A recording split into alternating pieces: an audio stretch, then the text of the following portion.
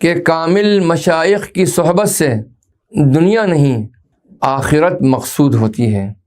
اے بیٹا، اس شخص کی صحبت اختیار کر جو تیرے نفس کے جہاد پر مدد کرے۔ ایسے شخص سے نہ مل جو تیرے مقابلے میں نفس کی مدد کرے۔ اگر تم جاہل اور منافق نفس و عادت والے پیر کی صحبت میں رہو گے تو تیرے مقابل تیرے نفس کا مددگار کرنے والا ہوگا۔ کامل مشائخ کی صحبت سے دنیا نہیں آخرت مقصود ہوا کرتی ہے۔ اگر کوئی شیخ خواہش و عادت کا پیرو ہوگا تو اس کی مصاحبت دنیا کے لیے ہوگی۔ اگر کوئی شخص صاحب قلب ہوگا تو اس کی مصاحبت آخرت کے لیے ہوگی۔ اگر کوئی شخص صاحب باطن ہوگا تو اس کی مصاحبت مولا کے لیے ہوگی۔ بندہ اللہ تعالیٰ کے جس قدر قریب ہوگا اسی قدر اندیشہ اور خطرہ اور خوف محسوس کرے گا۔ اسی لیے لوگ بادشاہ کی نسبت وزیر سے زیادہ خوف زدہ رہتے ہیں، کیونکہ بادشاہ کی نسبت وزیر ان سے زیادہ نزدیک ہے۔ اخلاص کے بغیر مومن خدا تک نہیں پہنچ سکتا۔ اس مقام پر پہنچ کر وہ بڑے خطرے میں گر جاتا ہے۔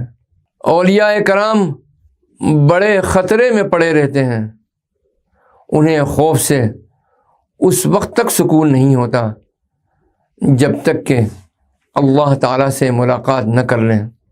جس نے اللہ کو پہچان لیا اس کا خوف اور زیادہ ہو گیا۔ رسول پاک صلی اللہ تعالیٰ علیہ وسلم نے فرمایا، انا اعرفکم باللہ اشدکم لہ خوفا، میں تم سے زیادہ اللہ کو پہچاننے والا ہوں اور سب سے زیادہ خوف رکھنے والا ہوں۔ اللہ اپنے دوستوں کو پرکھتا رہتا ہے تاکہ انہیں صفائی عنایت کرے۔ وہ ہمیشہ تغیر و تبدل کے ساتھ خوف زدہ رہتے ہیں، ڈرتے ہیں اگرچہ امن کی حالت میں ہوں، کانپتے ہیں اگرچہ انہیں سکون عطا فرمایا گیا ہو۔ اپنے نفسوں پر ایک ذرے اور رائی کے ایک دانے اور ذرا سی غفلت اور غیر کی طرف تھوڑی سی توجہ پر بھی جھگڑتے رہتے ہیں۔